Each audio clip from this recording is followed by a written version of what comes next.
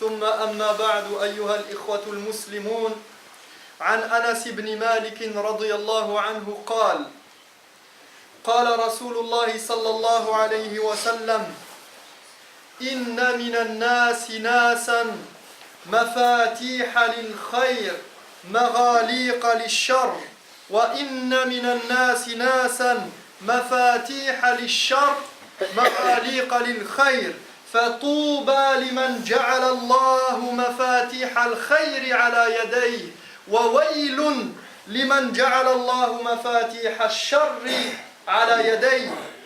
Anas ibn Malik radiyallahu anhu a rapporté que le prophète sallallahu alayhi wa sallam a dit: parmi les gens, il y a des personnes qui sont une clé pour le bien, une barrière contre le mal.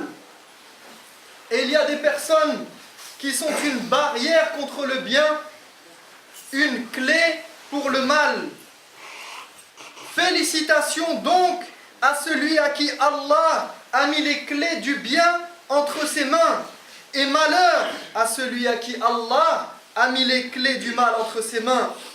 وعن أبي هريرة رضي الله عنه قال إن رسول الله صلى الله عليه وسلم وقف على ناس جلوس فقال ألا أخبركم بخيركم من شركم قال فسكتوا فقال ذلك 3 مرات ألا أخبركم بخيركم من شركم ألا أخبركم بخيركم من شركم ألا أخبركم بخيركم من شركم فقال رجل بلى يا رسول الله أخبرنا بخيرنا من شرنا فقال صلى الله عليه وسلم خيركم من يرجى خيره ويؤمن شره وشركم من لا يرجى خيره ولا يؤمن شره. Abu Huraira radiyallahu anhu nous raconte que le messager d'Allah sallallahu alayhi wa sallam s'est arrêté devant une assise. Il est passé près d'une assise et il a dit: voudriez-vous savoir qui est le meilleur d'entre vous? Alors ils se sont tus. Et il a répété la question 3 fois. Voudriez-vous savoir quel est le meilleur d'entre vous? Voudriez-vous savoir quel est le meilleur d'entre vous? Alors, l'un d'entre eux a dit: oui, dis-le nous, ya Rasulallah. Alors il a dit, sallallahu alayhi wa sallam, le meilleur d'entre vous, c'est celui dont on peut espérer du bien et dont on ne peut craindre du mal. Et le pire d'entre vous, c'est celui dont on ne peut espérer du bien et dont on peut craindre du mal. Ayyuha al-ikhwatul muslimun, حري بكل مسلم حريص على سعادة نفسه وفلاحها وفوزها في الدنيا والآخرة أن يتحرك قلبه شوقا وطمعا ورغبة أن يكون مفتاحا للخير مغلاقا للشر. حري بكل مؤمن يؤمن بالله واليوم الآخر ويرجو رحمة ربه ويخاف عذابه أن يسعى لتحقيق هذا المطلب العظيم أن يكون من أهل الخير والصلاح لا من أهل الشر والفساد أن يكون ممن جعل الله مفاتيح الخير على يديه وابتغ فيما آتاك الله الدار الآخرة ولا تنس نصيبك من الدنيا وأحسن كما أحسن الله إليك ولا تبغ الفساد في الأرض إن الله لا يحب المفسدين. Tout musulman qui recherche le bonheur pour lui-même et qui veut réussir dans ce bas monde et l'au-delà doit être impatient de faire partie des clés du bien et des barrières contre le mal. Toute personne qui croit en Allah et au jour dernier, qui recherche la miséricorde de son Seigneur et qui craint vraiment le châtiment, doit tout faire pour concrétiser ce but magnifique et admirable, de faire partie des gens qui font le bien, qui améliorent les choses, et non de ceux qui font le mal et qui détériorent les choses, pour être de ceux à qui Allah a déposé les clés du bien entre ses mains. Allah tabaraka wa ta'ala dit dans le Coran: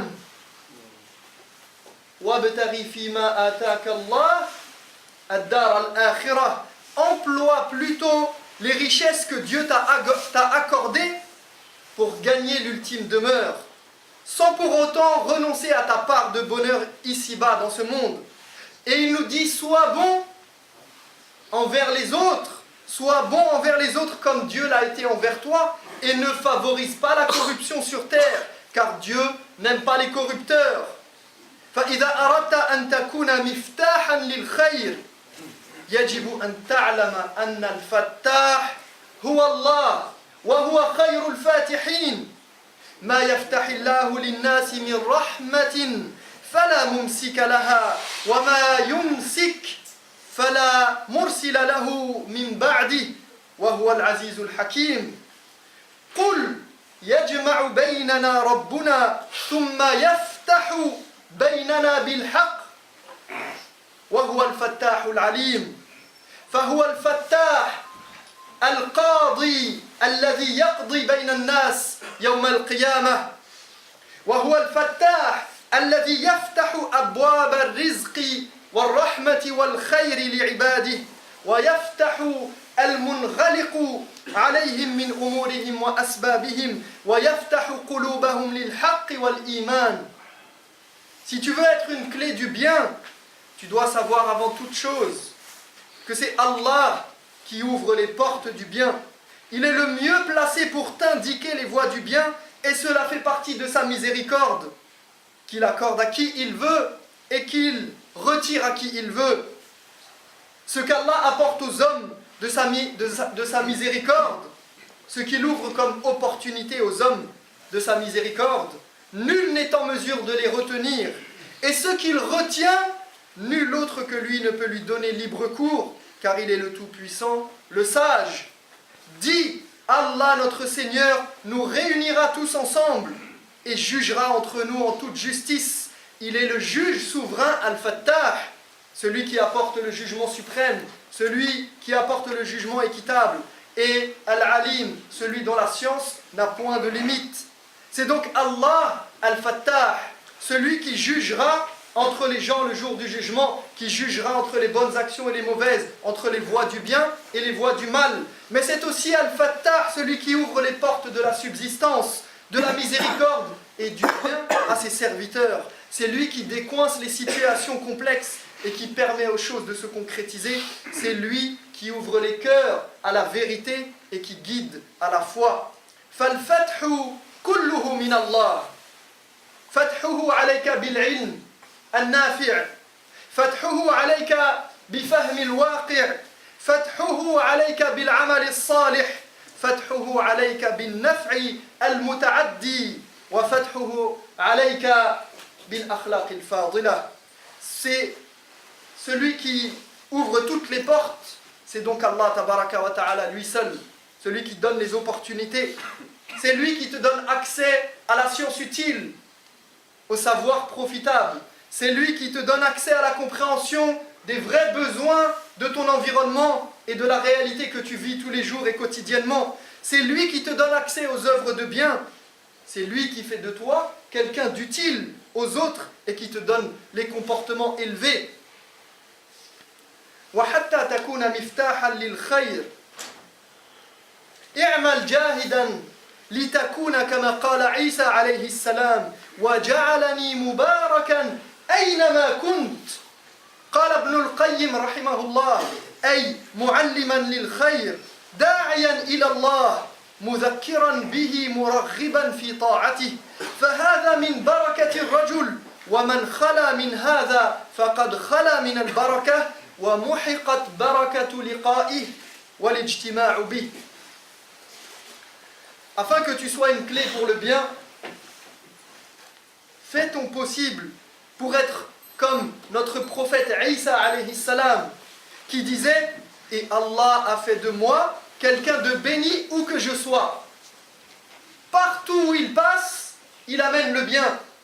Ibn al-Qayyim rahimahullah a expliqué, il a dit, cette parole veut dire qu'il il nous dit: et Allah a fait de moi quelqu'un qui enseigne le bien, qui appelle à Allah, qui rappelle ses préceptes et incite à son obéissance.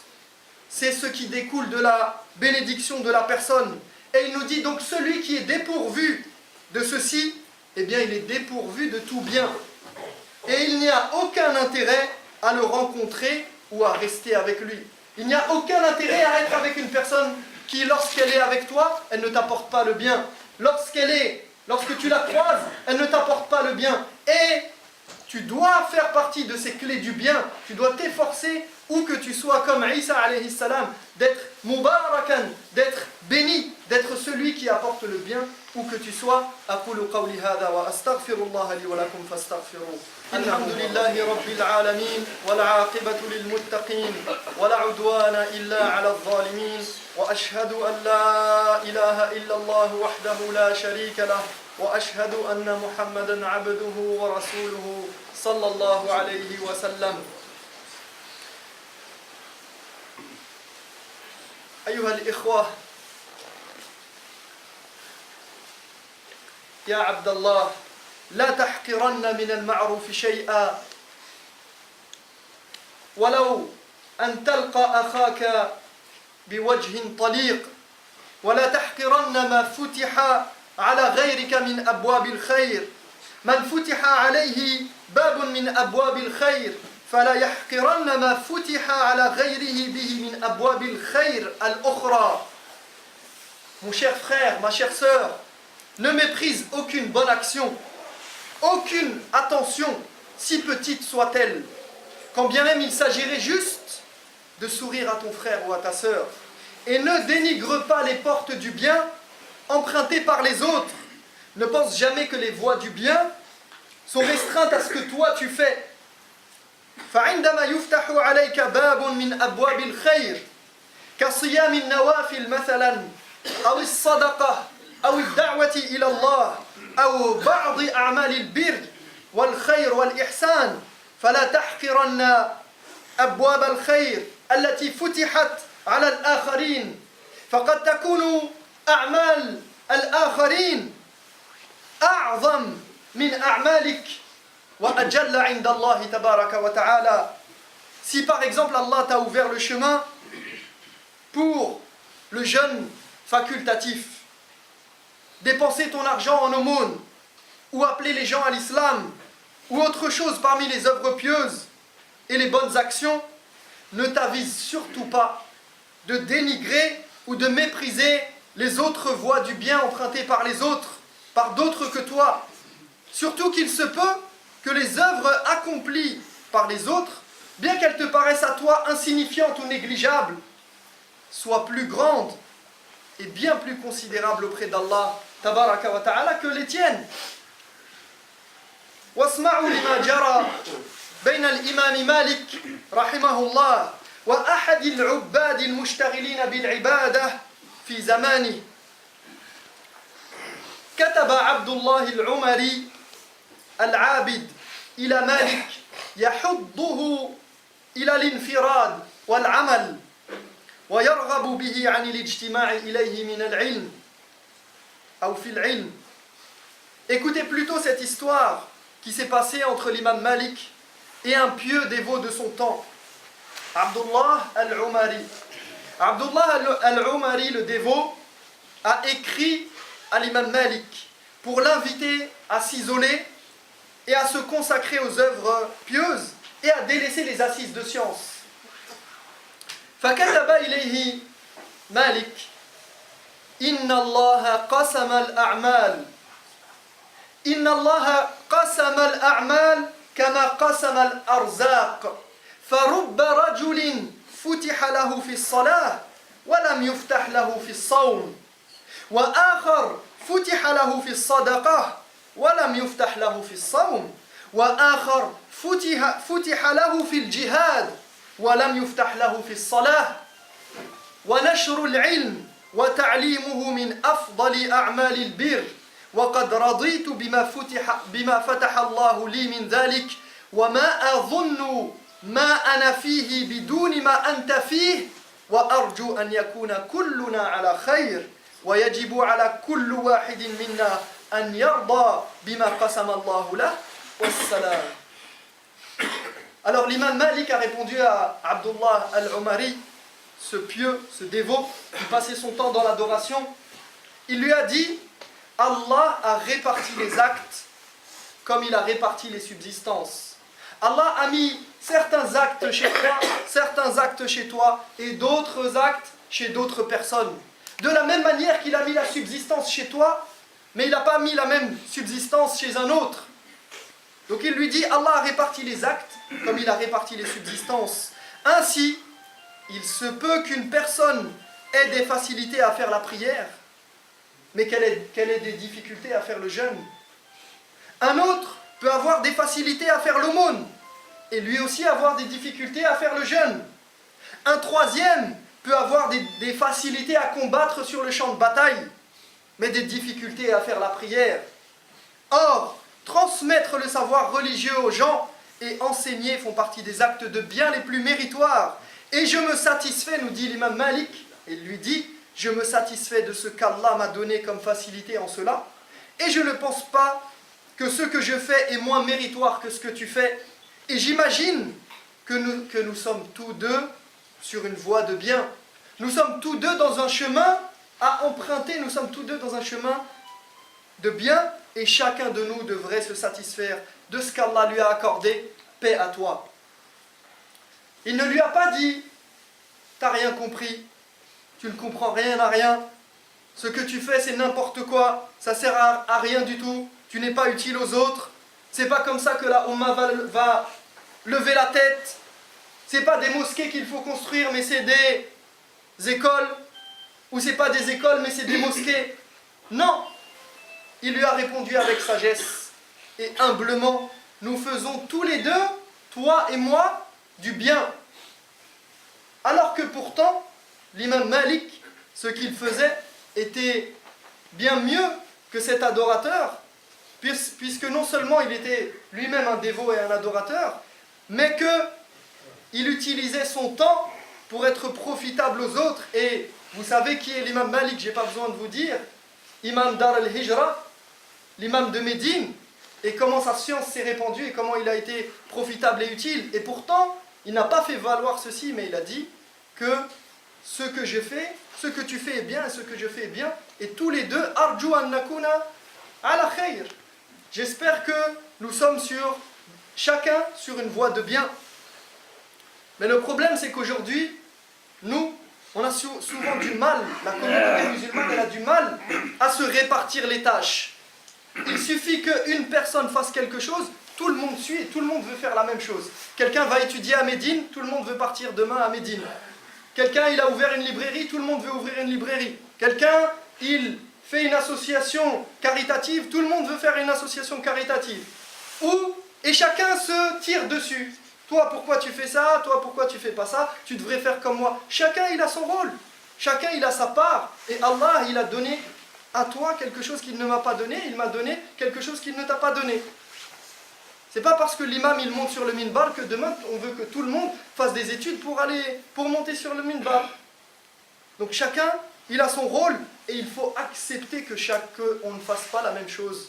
Il faut accepter que l'autre, il fasse quelque chose de différent de moi et qui sera complémentaire. وختاما أيها الإخوة نقول متى ما كانت الرغبة قائمة فيك والنية مصممة والعزم أكيدا واستعنت بالله عز وجل في ذلك وأتيت الأمور من أبوابها كنت بإذن الله تعالى مفتاحا للخير مغلاقا للشر. Pour conclure, أيها الإخوة أيتها الأخوات, à partir du moment où tu as en toi la volonté de faire le bien et d'être une clé pour le bien, que tu as l'intention et la volonté ferme, que tu t'appuies sur le concours d'Allah tabaraka wa ta'ala et que tu fournis les efforts nécessaires et que tu fais les choses correctement, nul doute que tu deviendras, avec la permission d'Allah, une clé pour le bien et une barrière contre le mal. Nas'alullah tabaraka wa ta'ala an yaj'ala mafatih al-khayr ala aydina.